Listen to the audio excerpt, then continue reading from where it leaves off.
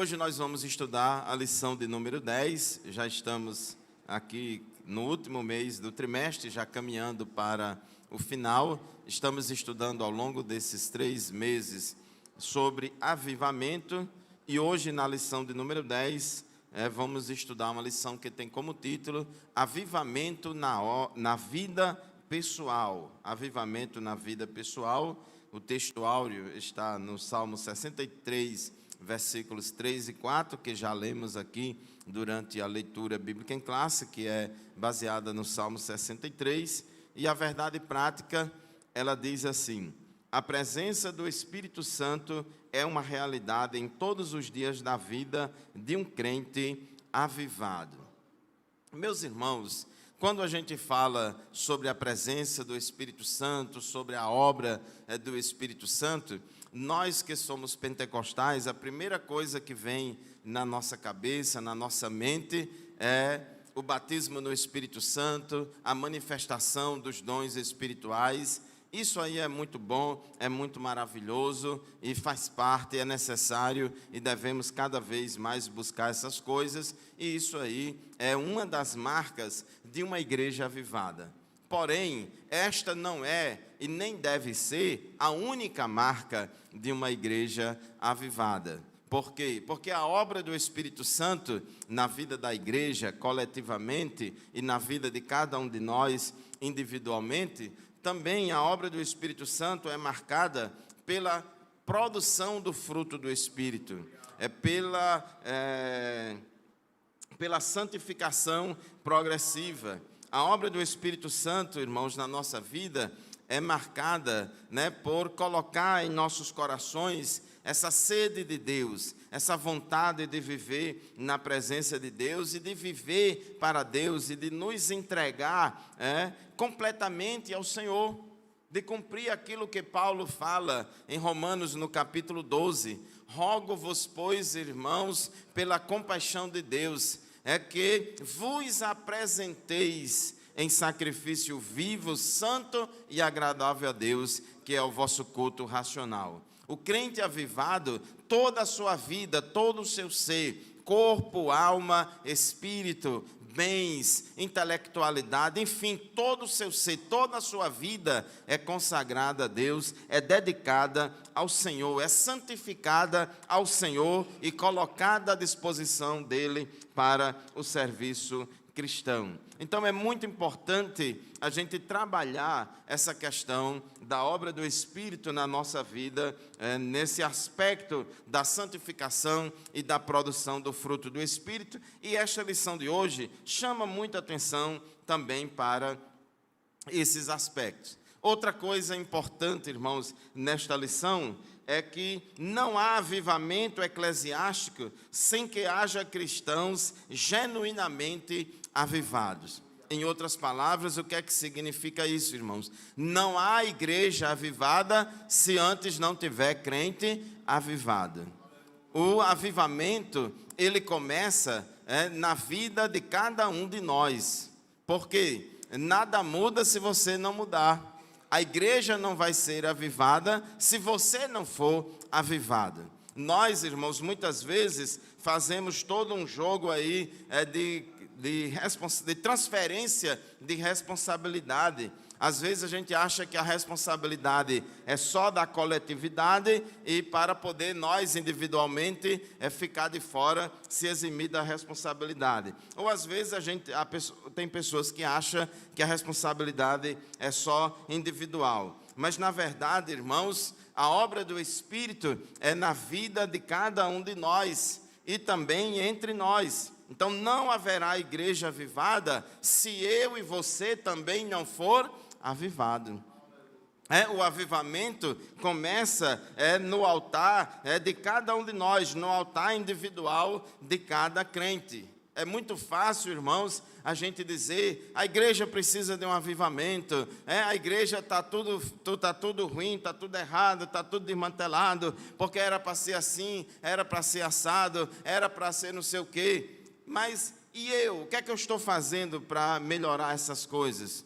Qual é a minha responsabilidade nisso tudo? O que é que eu posso fazer? Qual é a minha parte? Então, essa lição de hoje, ela também traz para nós essa reflexão de que precisamos também ter uma vida pessoal avivada. Porque se tivermos uma vida pessoal avivada, poderemos e devemos ajudar para que o povo também seja avivado. Se eu for avivado, eu vou também contagiar aqueles que estão ao meu redor para também serem avivados. Então, o segredo é esse: o avivamento começa em mim, o avivamento começa em você, e nós vamos contagiando outras pessoas, vamos contagiando aqueles que estão ao nosso redor. Por isso que o comentarista diz aqui na introdução da nossa lição, que não pode haver igreja local avivada sem que os membros experimentem um avivamento espiritual em suas vidas. O Espírito Santo, ele habita dentro de cada um de nós individualmente e também habita entre nós coletivamente. Então, além de esse avivamento se manifestar no interior do templo, ele se revela em todos os lugares, em todos os aspectos da nossa vida. Nós, irmãos, não podemos estar fazendo aí tanta separação com relação a essa questão, a vida sagrada, a vida secular, o nosso comportamento no templo, o nosso comportamento no shopping, o nosso comportamento na igreja, nosso comportamento no comércio, porque, irmãos, a vida do crente, a vida dele toda, a nossa vida tem que estar sempre em santificação e na presença do Senhor. Então, Paulo diz: rogo-vos que apresenteis os vossos corpos em sacrifício vivo, santo e agradável a Deus. Então, no nosso dia a dia, nos nossos estudos, nos relacionamentos familiares, no relacionamento, no dia a dia, dentro da nossa casa, da nossa família, no nosso relacionamento social, aonde a gente for, na escola, no trabalho, nas redes sociais, o crente, irmãos, vai ser sal da terra, vai ser luz do mundo e vai ter aquele comportamento coerente com a sua fé em toda a sua maneira de viver. Por isso que Pedro, ele fala na sua epístola: como é santo aquele que vos chamou, sede vós também santos em toda a vossa maneira de viver. Eu sou santo no vestir, mas eu também sou santo nos negócios. Eu sou santo no falar, mas também eu sou santo no meu trabalho. Então, irmãos, o crente tem que ser santo em toda a vossa maneira de viver. Tudo que ele fizer tem que estar ali as digitais ou as marcas de um verdadeiro cristão. Então, é muito importante nós estudarmos a importância do avivamento espiritual na vida diária do crente. O tópico 1 da nossa lição fala do avivamento na vida do salmista. Foi tirado aqui como base para a leitura bíblica em classe o Salmo 63. O Salmo 63, e eu quero chamar a atenção aqui dos irmãos, inicialmente, para os versículos 1 e 2. Salmo 63, versículos 1 e 2. Diz assim: ó Deus, Tu és o meu Deus, de madrugada te buscarei, a minha alma tem sede de ti, a minha carne te deseja muito em uma terra seca e cansada, onde não há água, para ver a tua fortaleza e a tua glória, como te vi no santuário.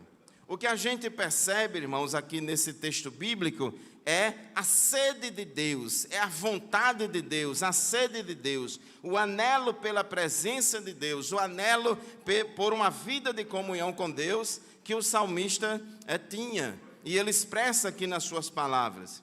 Muita gente usa esse versículo para defender a necessidade do crente fazer o culto matutino ou de ir para o culto matutino. Na verdade, irmãos, culto matutino é uma bênção, e quanto mais oração para o crente, melhor. Mas, irmãos, a oração do crente não é mais poderosa ou menos poderosa se ele fizer no matutino, na consagração, ou meio-dia no Poço de Jacó, ou no círculo de oração, ou no culto de oração na quinta-feira à noite. O importante é que o crente ore. Não há essa conotação, não, porque de madrugada, porque quanto mais eu me sacrificar, então Deus, a minha oração vai ser mais poderosa. Não vamos nos relacionar com Deus com base em troca de barganha, com base em méritos próprios. Porque, irmãos, não é por aí. E, claro, se você pode, se você gosta, se você tem disponibilidade, aproveite todos os momentos para orar. É matutino, é consagração, é culto de oração, é oração individual em casa. Quanto mais orar, melhor. Agora, irmãos, esse versículo, quando diz: ó Deus, tu és o meu Deus, de madrugada te buscarei. Essa palavra aí, madrugada, não é a melhor tradução da palavra hebraica que foi utilizada aqui pelo salmista quando compôs o salmo. Na verdade, ao invés de madrugada te buscarei, seria mais correto traduzir: eu te busco intensamente, como diz a NVI, ou como diz na Nova Almeida Atualizada, eu te busco ansiosamente. Então, o que o salmista está defendendo e colocando e dizendo aqui, se comprometendo diante de Deus, é que vai buscar a Deus intensamente, vai buscar a Deus ansiosamente. O que ele está revelando é essa vontade, porque, irmãos, quando a gente tem precisão, a gente ora a Deus com mais vontade, com mais força, e mesmo sem ter tanta precisão aparente, às vezes a gente acha que não está precisando, mas quando a gente busca a Deus dessa forma intensa, quando busca a Deus ansiosamente, revela que estamos valorizando esse momento de comunhão com Deus. Revela que a gente tem vontade, a gente sente necessidade, porque aquilo é importante. A Bíblia diz que onde estiver o vosso tesouro, ali também estará o vosso coração. A gente só coloca o nosso coração naquilo que a gente dá valor, naquilo que a gente acha importante. A gente coloca o nosso coração, a gente tem tempo para aquilo e a gente faz de tudo por aquilo, porque a gente busca ansiosamente. Irmãos, uma coisa é você procurar comida na sua casa ou em qualquer lugar quando está de barriga cheia, quando está de barriga mais ou menos, e outra coisa é quando você busca comida, quando você está morrendo de fome, como a gente diz aqui no Nordeste. Quando a gente está morrendo de fome, irmãos, quando a gente tem fome, aí a gente busca a comida com mais prazer, com mais paixão, com mais vontade. É como também a gente quando está com sede. Quando a gente está com sede, irmãos, aí é que a gente busca beber água com muita vontade. Quando a gente não está com sede, às vezes até a gente esquece de beber água. Então, o que o salmista está colocando e está dizendo aqui, se comprometendo diante de Deus, isso aqui é uma oração do salmista a Deus, e ele diz: Deus, eu vou te buscar intensamente, eu vou buscar ao Senhor ansiosamente, eu vou buscar com vontade, porque eu aprecio esse momento, eu gosto, eu preciso e eu necessito dessa comunhão contigo. Bom, Senhor, é buscar a tua presença. Aleluia. É semelhante, irmãos, o que os apóstolos disseram. Pedro, Tiago e João subiram ao monte da transfiguração com Jesus, e ali Jesus transfigurou-se diante deles, revelou a sua glória diante deles e deu a eles aquela visão ali, de Moisés e Elias com eles ali naquela visão. E Pedro disse: Senhor, bom é este lugar, bom é estar aqui na tua presença, bom é ver a tua glória, glórias ao nome de Jesus. Irmãos, quando a gente gosta de uma coisa, a gente está lá. Quando a gente gosta de uma coisa, a gente faz de tudo para valorizar aquele momento. A gente não perde aquilo, a gente se programa, a gente organiza a nossa agenda, a gente acha tempo para aquilo porque a gente gosta. Glórias ao nome de Jesus. Às vezes o estudante está lá na escola ou na faculdade e tem que estudar português, matemática, geografia, física, química, não sei o quê. E dificilmente um estudante gosta de todas essas matérias. Gosta de umas, outras detesta, outras mais ou menos.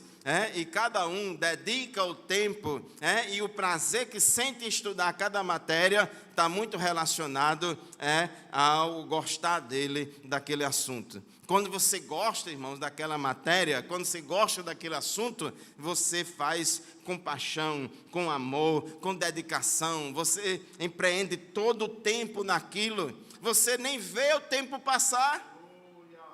Quando você, irmãos, está na presença de Deus, com aquela vontade, com essa paixão, com essa intensidade que o salmista diz aqui, irmãos, você nem vê o tempo passar.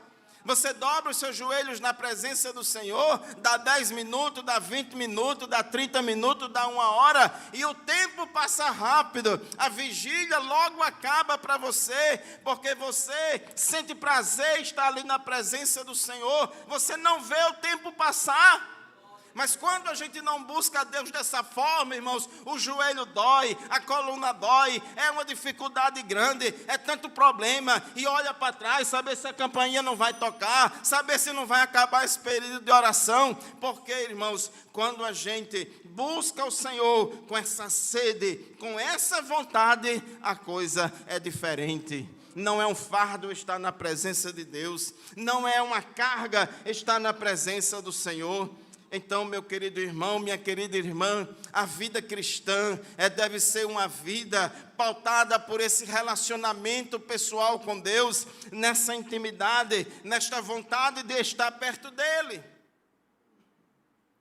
Eu já disse isso aqui alguma vez e vou repetir. Parece que quando a gente passa dos 50 anos, a gente conta muita história e às vezes até é repetida, né? Eu ouço um bocado de história dessas na igreja e eu também tenho o direito de falar também umas histórias também. Irmãos, veja bem, eu quando namorava com a Elizabeth, a gente morava em Açu e eu estudava aqui na ESAM, fazia agronomia, passava a semana toda aqui na Vila Acadêmica. Meu irmão, era um negócio sério, não era fácil. Naquela época não tinha celular, não tinha WhatsApp, nem tinha telefone. Telefone fixo já existia, mas a gente não tinha acesso a isso. A gente não tinha nenhum meio de correspondência. Irmãos, mas o amor tão grande entre nós, o amor entre nós era tão grande, e a vontade de estar junto, e a vontade de estar perto um do outro era tão grande, que quando eu vinha na segunda-feira de manhã, de Açu para cá, aí logo na segunda de manhã chegava aqui, depois logo das primeiras aulas e no intervalo do almoço, muitas vezes eu escrevia uma cartinha para Elizabeth. Eu escrevi uma cartinha de amor, mostrando a minha saudade, o meu desejo de estar com ela, expressando o meu amor por ela. E quando eu ia assistir a aula de tarde, eu colocava no correio. Lá tinha uma caixa de correio lá na UFESA, colocava na segunda tarde lá. E aí, na sexta-feira, quando eu ia passar o final de semana em Açu, ela já tinha recebia na quinta ou na sexta, a cartinha chegava lá. E quando eu ia para Açu, irmãos, muitas vezes eu pedia o carro de linha, eu ia no carro de linha, ao invés de parar em casa, eu parava lá na casa dela. Porque era aquela vontade, eu amava muito ela, queria estar perto dela, ansiava por estar na presença dela. E era esse sentimento, irmãos, desse jeito. Não era pesado, não era um fardo, não era dificuldade nenhuma. E eu fico lembrando disso, irmãos, e vejo, quando a gente anela pela presença de Deus, quando a gente gosta de estar na presença do Senhor, quando a gente ama o Senhor de todo o coração, mais do que as coisas deste mundo, irmãos, a gente tem prazer de estar na presença de Deus, a gente tem prazer de servir ao Senhor.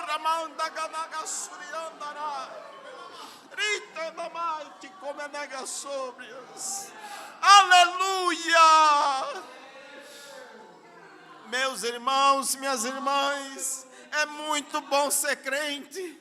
É muito bom servir ao Senhor. Mas é bom, irmão, servir ao Senhor com paixão, com amor, com dedicação. Isso não é um fardo.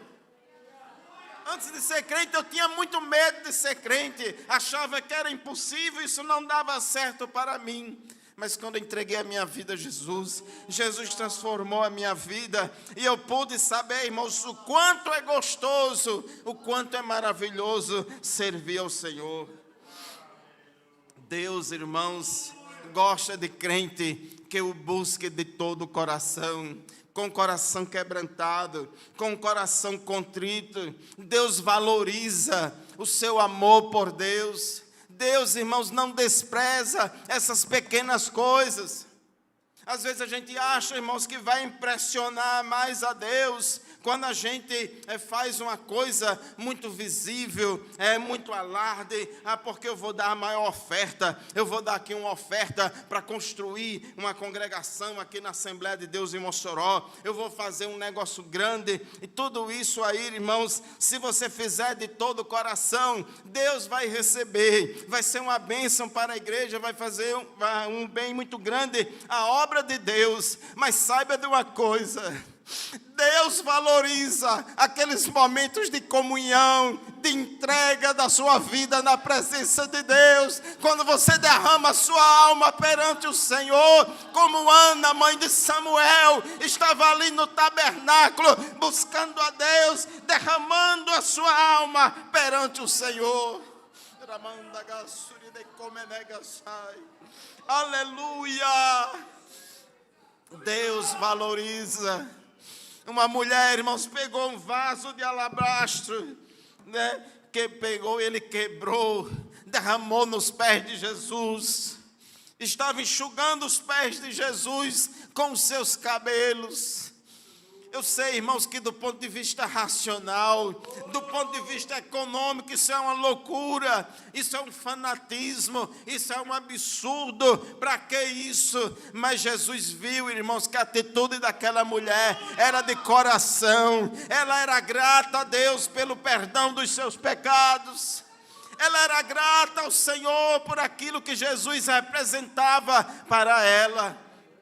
E Jesus, irmãos, repreendeu, foi aqueles discípulos que estavam repreendendo a mulher. Jesus valorizou a atitude daquela mulher. Glórias ao nome de Jesus. Então, meu querido irmão, minha querida irmã, que esta oração do salmista seja a minha e a sua oração. Ó Deus, Tu és o meu Deus, eu Te busco intensamente, a minha alma tem sede de Ti. Todo o meu ser anseia por Ti, numa terra seca, exausta e sem água. A nossa vida no dia a dia, irmãos, é uma vida de muita aridez. É uma vida que desidrata o crente. O nosso dia a dia nos relacionamentos humanos, o nosso dia a dia no trabalho, nas coisas do dia a dia, é muita luta, é muita dificuldade.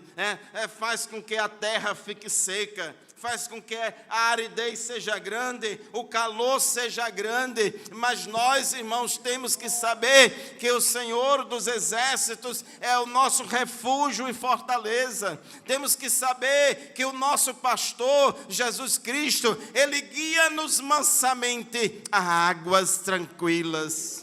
Aleluia, uma terra seca, rachada, aqui do sertão, irmãos, está difícil, você não consegue produzir nada, parece que não tem vida, mas quando começa a cair as primeiras chuvas, quando começa a cair água, irmãos, a vida brota, a babugem sai, o verde fica intenso e a vida chega. Assim o crente muitas vezes é como uma terra seca, uma terra rachada, sem vida. As lutas e os problemas do dia a dia muitas vezes racha a sua vida, racha as suas emoções, racha você, de cima a baixo, mas há consolo em Deus, a esperança no Senhor. Aleluia. Deus, irmãos, nos conforta Deus nos consola, Ele é este refrigério, guia-me mansamente a águas tranquilas. Que nunca falte na minha vida, que nunca falte na sua vida essa sede de Deus, esse desejo, esse anelo pela presença do Senhor. No Salmo 42, versículos 1 e 2, o salmista disse: como a corça anseia por águas correntes, a minha alma anseia por ti, ó Deus. A minha alma tem sede de Deus, do Deus vivo. Quando poderei entrar para apresentar-me a Deus? Que privilégio, irmãos, nós temos na nova aliança. Nós, irmãos, temos privilégio de entrar na presença de Deus. Nós temos privilégio de entrar no santo dos santos celestial. Deus, irmãos, habita conosco. Jesus disse: aquele que me ama, o meu Pai o amará. E viremos para Ele e faremos nele morada. Então, quando o crente, irmãos, mantém essa sede de Deus, mantém esse anseio, mantém esse anelo pela presença de Deus, irmãos, ele vai se nutrindo, ele vai ganhando vida, ele vai ganhando força para continuar na caminhada. Então, o crente avivado tem essa sede de Deus, tem essa dependência de Deus, ele busca o Senhor. Meus irmãos, assim como o corpo precisa de alimento para se manter, precisa de água, precisa de alimentos e alimentação balanceada, nutritiva, etc. Da mesma forma, a nossa alma também precisa. Nós não somos só corpo, temos um corpo, uma parte material que precisa do alimento material, mas também temos uma parte espiritual. A alma e o espírito precisa de se alimentar. E nós, irmãos, precisamos cultivar uma vida de devoção a Deus para alimentar a nossa vida. Há elementos, como diz aqui o comentarista no tópico 2.1, há elementos imprescindíveis para que a vida do crente seja poderosamente avivada. São elementos que ao longo das Escrituras e da história da igreja encontramos como modelo espiritual para o crente, que é a prática da oração e da leitura devocional das Escrituras. A oração e palavra, irmãos, alimenta a alma do crente. E nós vemos que os homens de Deus, as mulheres de Deus da Bíblia, que nos deram bons exemplos, eram pessoas que se alimentavam das Escrituras e da prática da oração.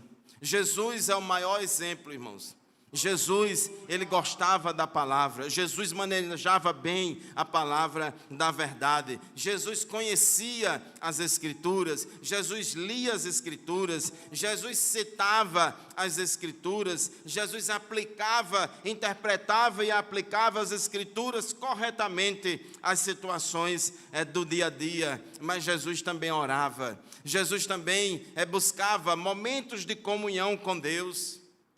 Oração, irmãos, eu sei que oração é muito importante e necessária para você buscar a Deus, para você, às vezes você tem uma necessidade, tem um problema, tem uma dificuldade e busca socorro em Deus, e tem que fazer isso mesmo. Buscar-me-eis e me achareis, quando me buscardes de todo o vosso coração. Pedi e dar-se-vos-á, buscai e acharei, batei e abrir-se-vos-á, né? Porque todo aquele que pede, recebe. Isso é muito importante e tem que ser feito, irmãos, tem que ser feito sempre. Mas também, irmãos, não podemos esquecer, não podemos também achar que a oração é apenas uma forma ou um meio que a gente usa para receber as bênçãos de Deus. A oração não é uma mera chave que você vira ou uma senha lá do aplicativo do banco que você digita para poder o dinheiro cair nas suas mãos. A oração, irmãos, não pode ser considerada apenas como um meio de você receber vitória, mas a oração deve ser cultivada por nós como, irmãos, uma forma de estreitar os nossos relacionamentos com Deus. Porque o amor entre as pessoas, irmãos, se desenvolve por meio dos relacionamentos. Deus é um ser pessoal. Deus não é uma energia, Deus não é uma força, Deus não é uma coisa, Deus é uma pessoa, Deus é um ser pessoal e que deseja se relacionar pessoalmente com as suas criaturas pessoais, conosco. Isso, irmãos, me chamou muito a atenção quando eu estava sendo evangelizado. Eu tinha uma ideia de um Deus muito distante, só me ensinavam sobre a transcendência de Deus. E aí, irmãos, eu achava que Deus era muito inacessível. E quando eu estava sendo evangelizado, eu fui evangelizado por meio da leitura de um livro. E quando falava ali de experiência pessoal com Deus, de falar com Deus, de novo nascimento, e depois que nascia de novo era regenerado, tinha aquela relação pessoal com Deus, que Deus se importava com o indivíduo. Meu irmão, isso foi muito libertador para mim. Isso foi muito maravilhoso para mim, porque eu pensava, naquela época que eu aceitei Jesus, já faz 33 anos, e a Terra acho que já tinha bem 7 bilhões ou 6 bilhões de habitantes, eu nem me lembro mais, hoje já tem muito mais, e eu ficava pensando, mas como é que pode?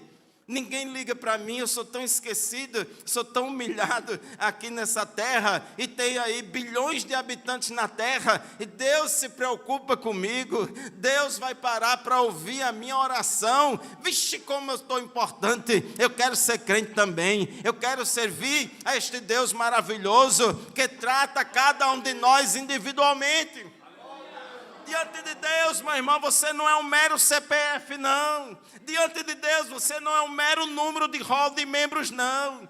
Diante de Deus, você é uma pessoa de valor, porque você é criatura de Deus, feita à imagem e semelhança de Deus. Ninguém é igual a ninguém. Deus não nos trata como gado, não. Deus não nos trata apenas coletivamente, não. Deus também nos trata individualmente.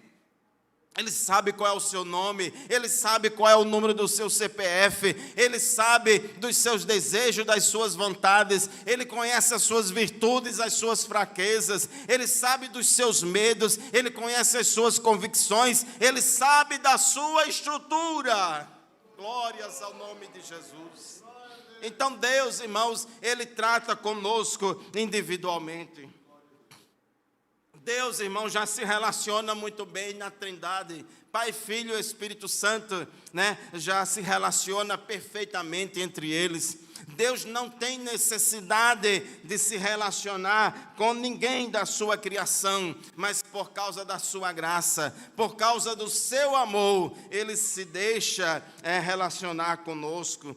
Ele se abre para nós. A Bíblia diz que Deus procura verdadeiros adoradores, para, irmãos, compartilharmos com Ele desta bênção que é se relacionar com Ele. Então, é importante, como ele diz aqui no tópico 2.2, a respeito do hábito de oração, porque quando a gente cria o hábito de oração, o exercício diário de oração, irmãos, a gente vai estreitando relacionamentos. Não há relacionamento forte, não se desenvolve relacionamento sem comunicação entre as partes. E a oração é mais do que um meio que a gente usa para obter vitória. A oração é uma forma de estreitarmos o nosso relacionamento com Deus. E essa vida, irmãos, moderna, essa vida pós-moderna, é o principal obstáculo a desenvolvermos um hábito de oração. É muito difícil, cada vez mais o homem moderno está difícil de desenvolver esse hábito de oração, de reservar tempo na sua vida para buscar a presença de Deus. O quanto nós somos falhos, o quanto, irmãos, eu sou falho nessa área. Preciso melhorar, precisamos melhorar cada vez mais. Há muitas coisas neste mundo que nos distraem. Há muitas coisas neste mundo que nos chamam a atenção e muitas vezes, irmãos, vamos deixando a oração, vamos deixando esse momento de comunhão com Deus em segundo plano. E Deus, irmãos, está nos despertando nesta manhã para isso. Além da oração, a leitura devocional da Bíblia. O crente avivado deve ler e estudar diariamente a palavra de Deus. Isso é preciso para entender, absorver e viver seus preciosos ensinamentos. Assim como o nosso corpo precisa de pão e água, também a nossa alma precisa de oração e palavra de Deus. Precisa de se alimentar espiritualmente, precisa de beber da água da vida, para que assim, irmãos, estejamos fortes na presença do Senhor. Aleluia.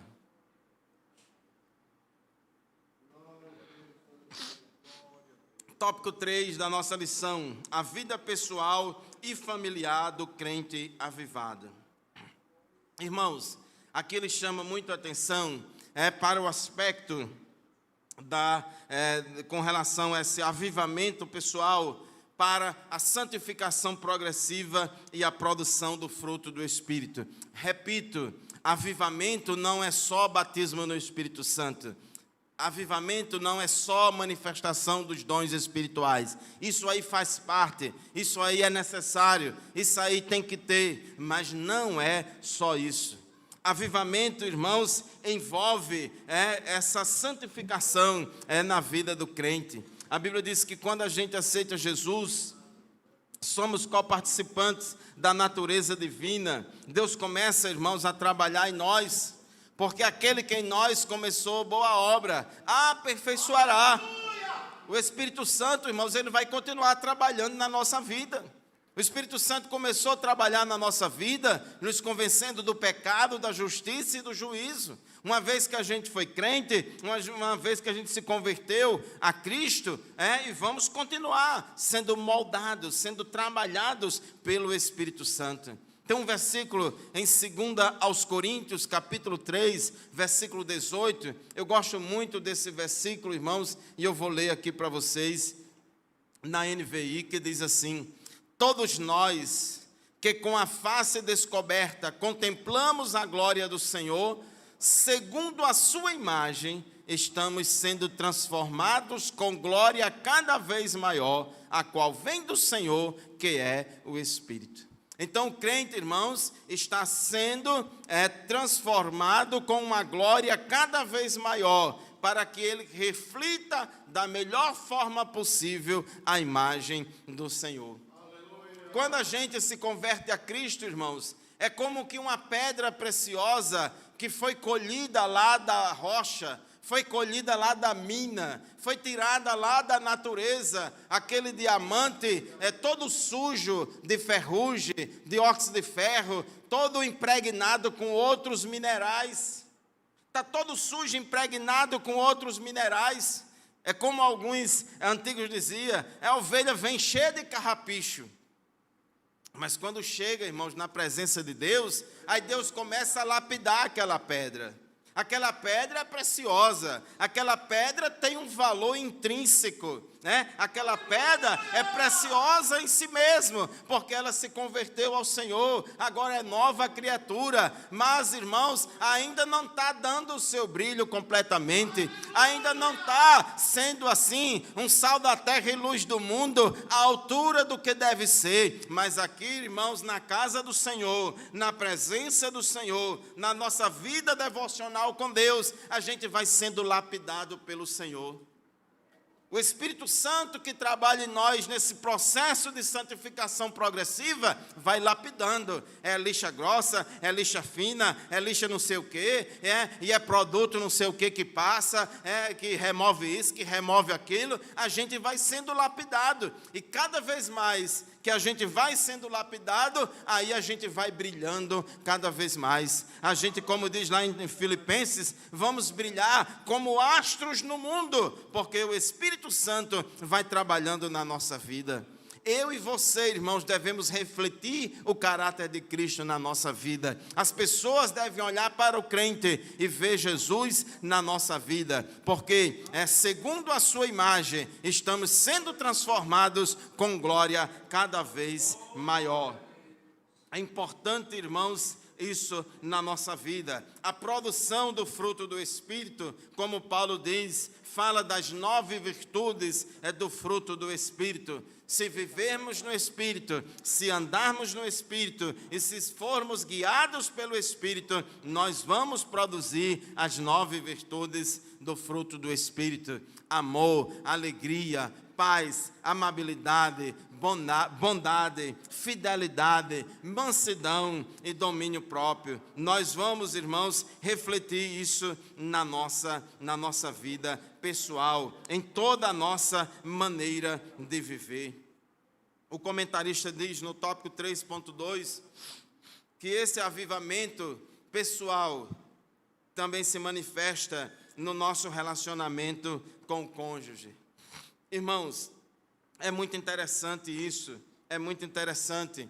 O avivamento pessoal, ele deve influenciar toda a nossa vida, em todos os aspectos da nossa vida, inclusive também no nosso dever como cônjuge. Seja o homem de amar a sua esposa como Cristo amou a sua igreja, ou seja, a mulher de honrar e respeitar e aceitar a liderança do seu marido.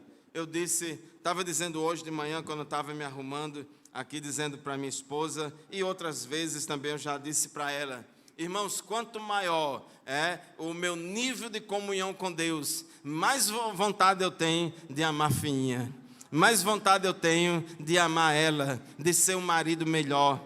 Quanto mais o meu nível de comunhão com Deus, quanto mais avivado eu estou, mais vontade eu tenho de ser um pai melhor, de ser um marido melhor. E aqui, minhas irmãs, eu dou um conselho a você. Quer ter um marido bom em casa? Incentive ele a ser crente. Incentive o seu esposo a ser crente. Ajude ele a crescer espiritualmente.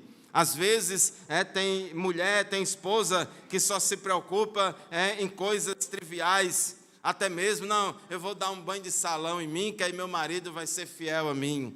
Vou fazer um bocado de cirurgia plástica, vou fazer a lanternagem completa, pintura e lanternagem completa, que eu vou segurar meu marido e cada vez mais ele vai ser uma bênção.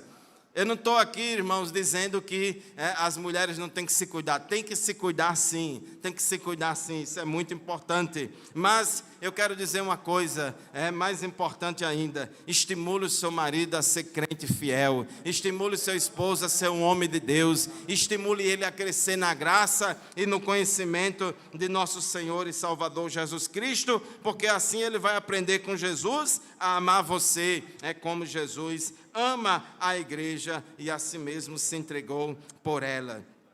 Então, irmãos, quando a gente está avivado pessoalmente, a gente vai ser um melhor esposo, a gente vai ser uma esposa melhor, vamos ser um melhor pai, vamos ser um irmão melhor, vamos ser um filho melhor. Isso é fundamental. Ele traz também aqui a questão do tópico 3.3, a vida com os filhos.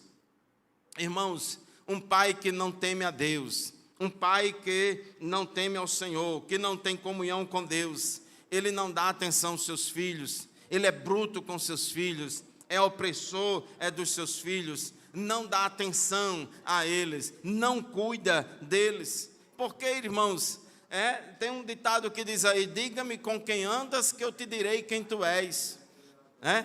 Diz essas coisas. Quando a pessoa tem comunhão com Deus, quando a pessoa vive na presença de Deus, irmãos, vai ser influenciado por Deus, vai moldando o seu caráter cada vez mais parecido com o caráter de Deus. E Deus é bom pai.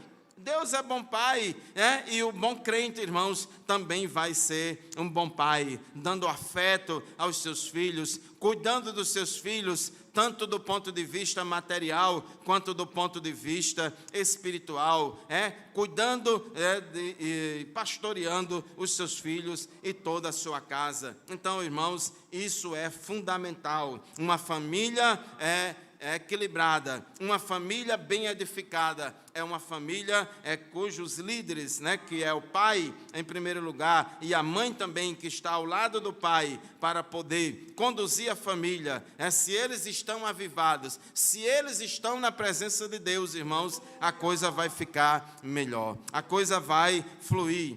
Se ele ensinar os filhos no caminho que deve andar, não ensinar o caminho, mas ensinar no caminho, fazendo e dando exemplo para os filhos, e vai colher os bons frutos. 3.4, os efeitos do avivamento na vida pessoal. E aqui o comentarista disse que o crente avivado, ele é alegre, ele não teme a morte, o crente avivado é santo. Irmãos, eu quero dizer uma coisa para vocês: não existe correlação entre antipatia e santidade, não. Tem gente que acha que ser santo não pode dar uma risada, ser santo não pode falar assim. Tem gente até que fica imitando um determinado tom de voz, achando que um é mais santo do que o outro. Isso aí, irmãos, é coisa meritória lá da igreja romana. Quando eu era católico, eu tinha muito essas coisas. Quando eu ia lá receber a hóstia, irmãos, ficava naquela fila, andava assim, bem mansamente. Eu sei que estava pisando assim, em ovos, e aquele negócio, na hora de receber a hóstia, aquele negócio todo ali, não sei o que e tal, não sei o que mais lá. Aí tem gente que acha que ser santo é essas manifestações exteriores de piedade. E acha que não, porque você é santo, você não pode rir, porque você é santo, você não pode não sei o que mais lá, e confunde as coisas. A Bíblia diz, irmãos, que uma das virtudes do fruto do Espírito é a alegria. Mau humor não é sinônimo de santidade. Mau humor, irmãos, é problema psicológico e emocional mal resolvido. Você acha que Jesus era assim? Se Jesus fosse assim, irmão, nenhuma criança chegava perto de Jesus. Quando tem um crente, irmãos, chato, de cara feia, com cara de mamão macho, não dá paz do Senhor a ninguém, não fala com ninguém, todo não sei o que mais lá. Irmãos, as crianças passam de longe. As crianças passam de longe. Passa de longe. E Jesus, irmãos, era agradável. Todo mundo tinha vontade de estar ao lado de Jesus. Todo mundo tinha vontade de estar perto de Jesus. Amém, irmãos? A alegria está no coração de quem já conhece a Jesus. A verdadeira paz só tem aquele que já conhece a Jesus. Um sentimento mais precioso que vem do nosso Senhor é o amor que só tem quem já conhece a Jesus. Aleluia, amém. Aleluia, glórias ao nome de Jesus. Deus abençoe a todos em nome de Jesus.